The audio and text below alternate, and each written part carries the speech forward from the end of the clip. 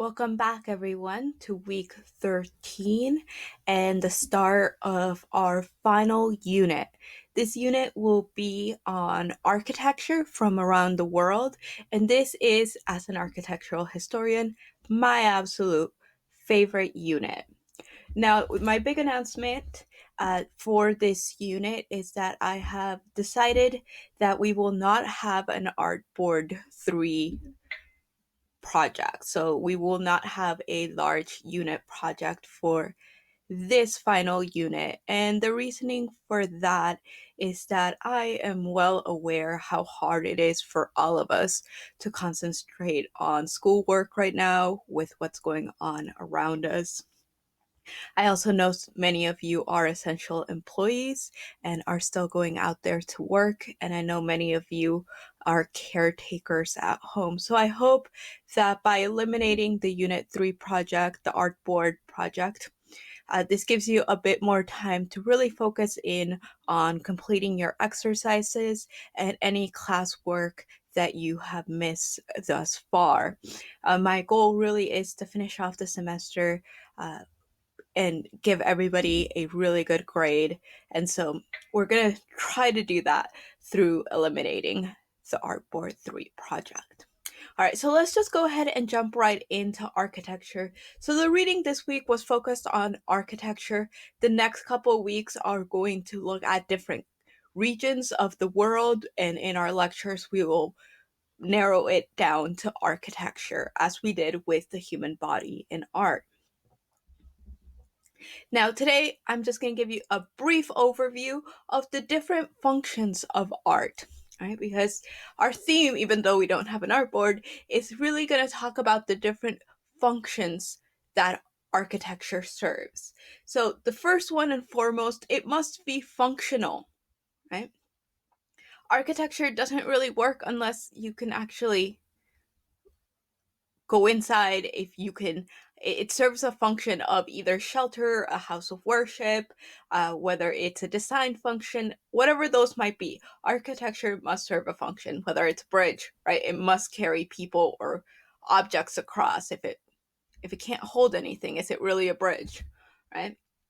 And then we have symbolic function, right? So architecture often has a symbolic meaning beyond that of being functional.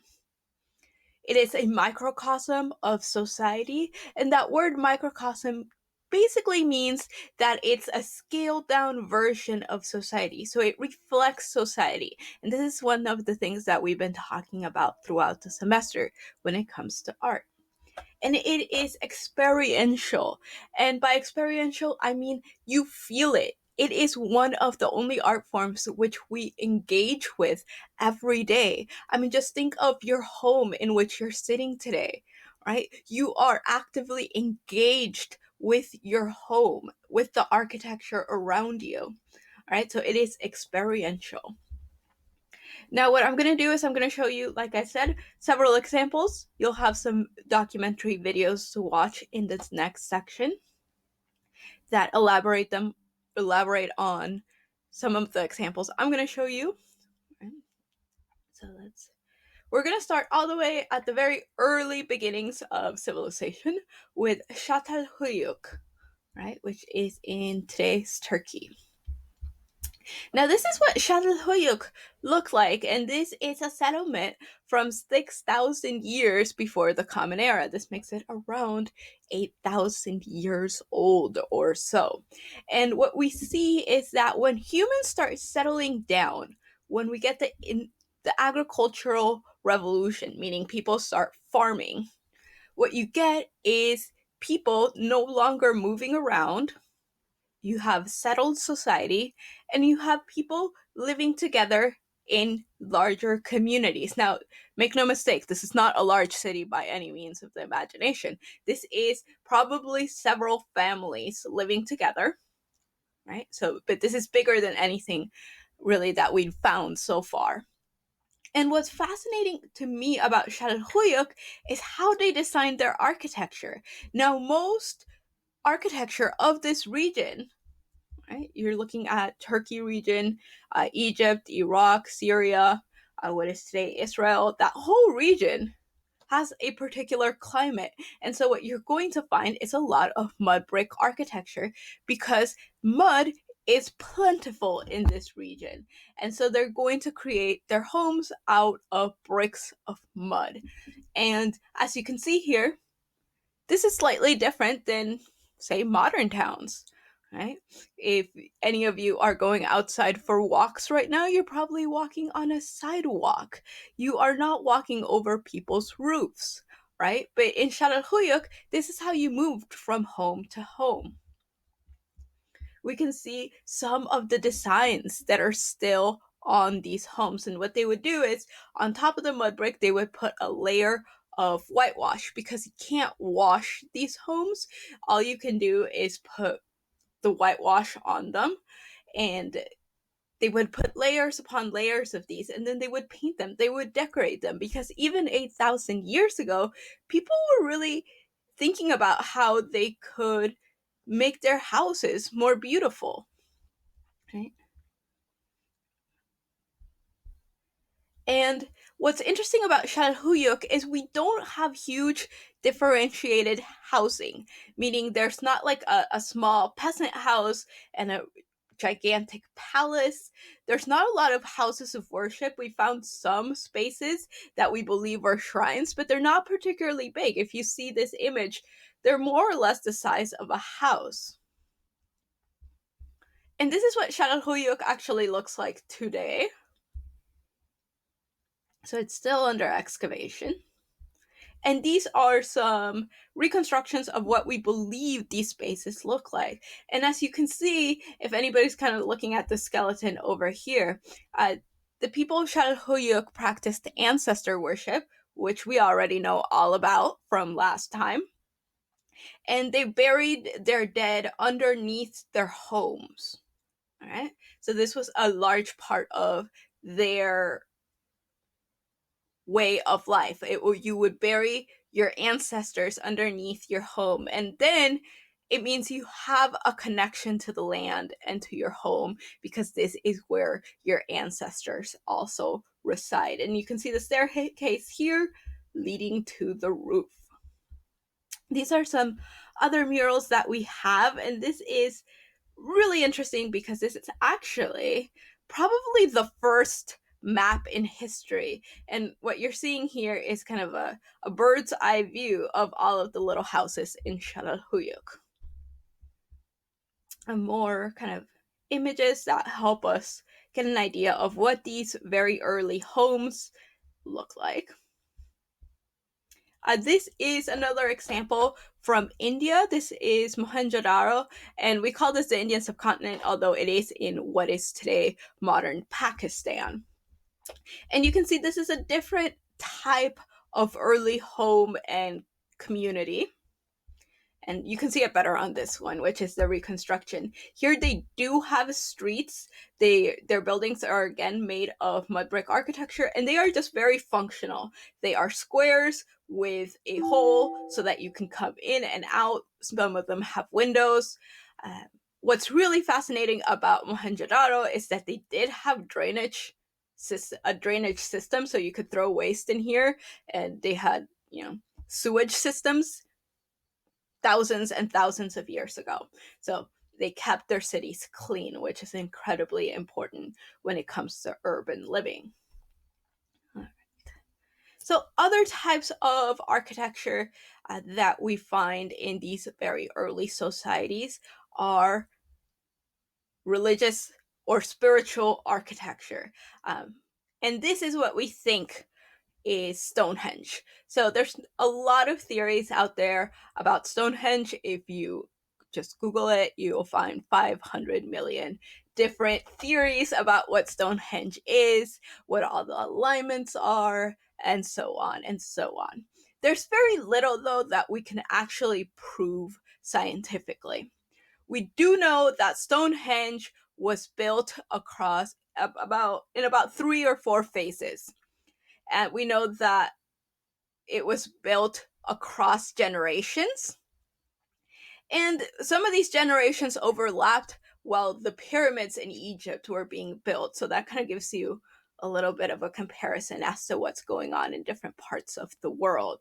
Now, in terms of what is this, we believe it is some sort of spiritual site. Now, there's a lot of talk about Stonehenge being connected to the Druids. Now, the Druids were a people that lived in this part of the world, but they lived much later, right? So Stonehenge is from what we consider the New Stone Age into the Bronze Age, and the Druids were much later than that. Now, the reason why we believe this is some sort of spiritual site is for a number of reasons. We are seeing large stones being dragged across long distances. Some of these blue stones, which are kind of these smaller stones here, which are still pretty huge, were dragged all the way from Wales, right? And this is, again, just using human power. Again, the type of effort that was undertaken to put these stones upright, and this is in a post and lintel technique. So you see these posts here and the lintel on top. Now, and this is what Stonehenge would have originally looked like before, the deterioration of the site. We do know it probably has one particular alignment that makes sense to us, and this is just one of many henges that existed throughout Europe and Eurasia. And some of these hedges were built out of wooden posts, and so all that's left is the hole in the ground, and some of these on our smaller scale are made out of stone. So this is monumental architecture of the New Stone Age. Here we have the alignment I was talking about. And then we're going to switch over because I want to give you examples from across the world. And we're going to look at the Inuit people. So the Inuit people are peoples from the Arctic region of North America. And that actually includes Alaska, except this was a map, a Canadian map, so they didn't include Alaska. Now, Inuit means the people in the Inuit language, which I cannot pronounce.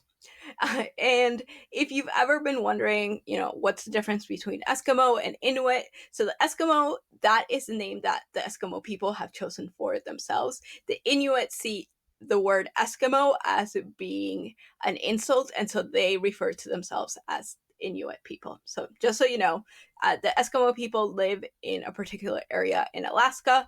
The Inuit is the name for a lot of different groups, sort of like the Taino that we looked at last time, that live in this Arctic region. Now, if you're living in the Arctic region, your home and the way that you build is going to be incredibly different than the people living in the Middle East, right? And so this is part of what I wanted to show you today, that architecture needs to serve a function, but it also predicated by where you live and the materials that are available to you. So this is one type of Arctic or subarctic housing, and this is a sod house, which is made out of wood, but it's actually just at ground level. And as you can see, the doorway and the entrance passage is made to keep the cold winds out. You have a storage area and a smoke vent, which is incredibly important. And you can see that the snow and the earth actually piles up on top of this sod house. In warmer months, the Inuits lived in tents made from animal skins. So you can see here. And this is perhaps the most famous type of Inuit dwelling, the igloo. And I'm actually going to have you, I think I'm going to have you watch a video on how to build an igloo. And it is absolutely fascinating because building out of ice is completely different than building with any other material. And the igloo actually keeps the people, and originally it would have been whole families living for months inside of these igloos, and it keeps them warm and it keeps them sheltered from the outside winds. It's actually a very stable structure in terms of engineering, and they would have been built by a family in a matter of hours, and then you would have a dwelling for months. Right. All right. And so switching back over to Africa, to Mali, a different type of material for a different type of environment. So when I'm talking about architecture, and as you're reading through the different regions that we're going to visit, think about the way that the environment influences architecture. Because in Mali, which is in Africa, you're not going to have any sort of igloos, right? And what you're going to have instead are temples. These are mosques, houses of worship, built out of that mud brick material that I was talking about when I talked about those first civilizations. And these are built out of mud brick.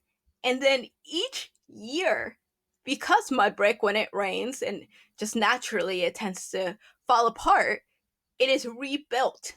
And that means you just put more mud brick on top of the existing structure. And that is part of their conception of architecture. When we build something, we want it to last forever. We don't really want to be doing a whole lot of uptake to keep our structure sound. But part of this community, the tradition here is that every year you refresh your architecture. It's never one static building, it changes over time as different communities come in and help reconstruct it. All right.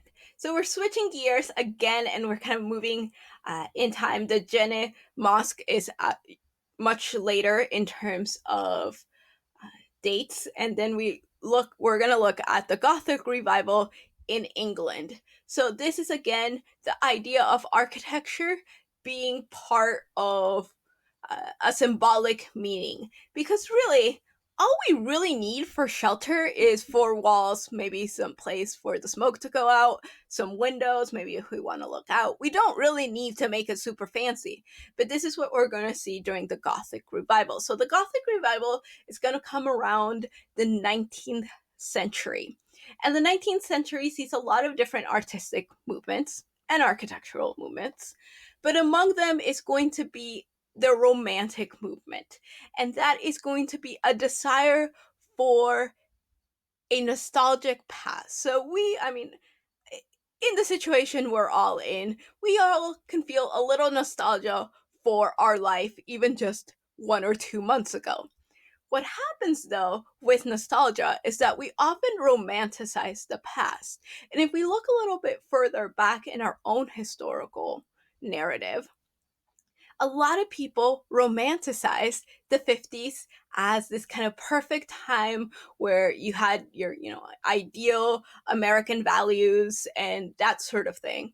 But of course, the reality is if you were a woman, if you were a person of color, if you were, part of the LGBTQ community, any of those that were not, a straight white male, your experience of that era was much different. And so this is what we're going to see with the Gothic revival. Because the Gothic age was actually in the Middle Ages, from around the year 1200 to around 1500, depending on where you were. And what the British in the 19th century are going to say is that was a much better time. Everybody was very religious, life was simple. Remember, the 19th century brings the Industrial Revolution, so people are no longer out in farms. They are stuck in factories. The smog situation is horrible. They're living in deplorable conditions, really. And so they see the Middle Ages as kind of the simpler, more simple time where everybody was devout and the world was just wonderful, which of course is just a dream. And so they see again this desire to build in the Gothic style in order to bring that back, that kind of romantic Middle Ages back. We're going to see a couple examples. So this neo-Gothic building, basically, I always tell my students, if it looks really new, if it looks really big, it's probably neo-Gothic, because the real Gothic, although it was quite tall, it is not in as great condition, and it's usually not as big as the neo-Gothic. And the reason for that is that the Gothic was built out of stones, and the neo-Gothic is usually built out of iron and steel. So it's steel construction, and then over it, you just put some stone or some brick so it looks old fashioned. And this is what we have with the Houses of Parliament and Big Ben in London. So this is not a medieval building. This is actually a building from the 19th century. But it is built to evoke that feeling of nostalgia for this better time. And here we see the interior is built almost like a cathedral, and that is very much on purpose. And then my other example is the one that I had at the beginning slide here. And this is Neuschwanstein Castle, which is German, and I cannot pronounce that properly. But if you Google the Disney Castle in Bavaria, it'll come up. And so this castle, I always ask my students when I have them in class, when do you think this was built? And I get all sorts of really interesting dates. But very few tell me that they think it was built in the 19th century, which it was, because this is another example of the Neo-Gothic.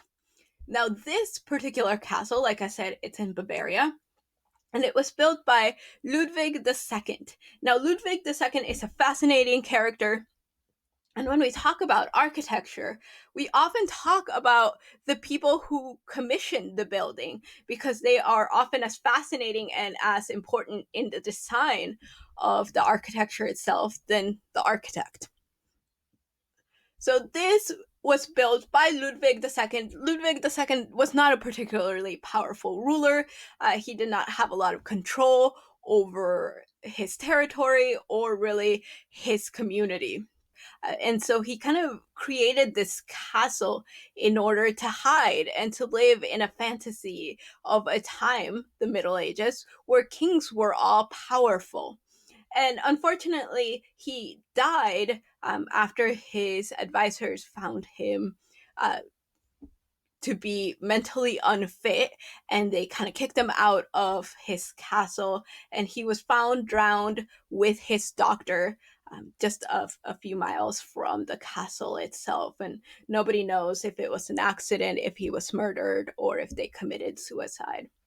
So again, a tragic story, but this castle then goes on to influence our own history. This is one of the castles that is going to influence the creation of the Disney castle. Right? But again, this is completely 19th century. Underneath all of these stones is steel. Oh, there it is. So if you want the name, Neuschwanstein Castle from 1869. And here is our comparison. Now, the Disney Castle was influenced by several structures, but among them was Neuschwanstein Castle. All right. And then the next video I'm going to have you look at talks about the Stil.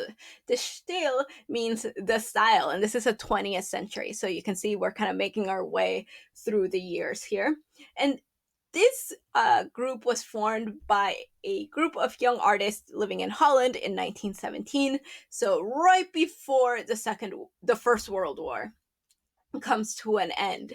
And this group believed in the birth of a new age. So whenever there is a large catastrophe, such as a world war, there are movements that want to improve society. And so what the Still believed in was that this was a new age after the end of the First World War. And this new style would integrate art and life, so bring art into the daily existence of people. Now, Piet Mondrian, this is one of the most famous artists from the Still movement, and you have probably seen this art piece at some point in your life. And the house, all right, so if you think about how can you build this into architecture, how do you transfer this? And the house I'm going to have you look at, which is the Schroeder House in Holland, is a manifestation of the Still type of painting into architecture. So this is the complete opposite from what we saw in the Neuschwanstein Castle, right? The Neuschwanstein Castle looked to the past, right? To nostalgia for its influence. The Schroeder House looks to the future. So this is very much a futuristic house in 1924. right? And it's looking at creating a new reality, a new architecture for a new age. And then I think this is my last uh, example. It's Zaha Hadid, because I wanted to bring in kind of a contemporary architect. And Zaha Hadid is one of my favorite architects, especially in the contemporary world. So she was a architect. Unfortunately, she died a number of years ago, just I believe maybe 5 years ago or less. She is Iranian born. She worked in Britain for a very long time, but she created architecture around the world. She started off as a conceptual architect. Now, remember I said that all architecture needs to serve a function unless it's conceptual architecture. So she did a lot of painting in which she created architecture on, on a 2D surface that would not be able to be built. Like it's conceptual in that it can't be built, at least not in the present moment. Because she had kind of this very creative way of thinking about architecture, she really pushed modern architecture. If you go around, most architecture today just kind of all looks the same. If you go to a big city, you see kind of the big skyscrapers, they all have the same shape, they're all like encased in glass, and it's not particularly exciting. What we're going to see with Hadid is she really pushes what architecture can do in the 21st century. She was inspired by Russian constructivist painting, so she did have a really strong understanding of art history. And she knew the importance of experimentation, right? Which is very rare today, where just build it so that it functions and it makes you enough money. That's kind of the way architecture works today. So these are some of her early pieces, and these are on opposite sides. You have constructivist painting, Russian constructivist paintings, and in the center, she did a conceptual bridge that would be over the Thames in London. Of course, this bridge was never going to be built, but it's just a concept drawing, and you can see her inspiration by the constructivists here. This is another conceptual painting of architecture. And these are, I have a couple of examples of her actual work. So this one is in Jordan, and you can see how she's working with modern shapes. So it's not nostalgic and it's not super futuristic, but she's really melding some of those things that we talked about all the way in our first unit: shape and organic shapes versus geometric shapes, texture, scale, right? Positive and negative space. Here is another piece. So, who says a building just has to be go straight up? Why can't it bend and have these kind of sinuous curves? This one is in Italy,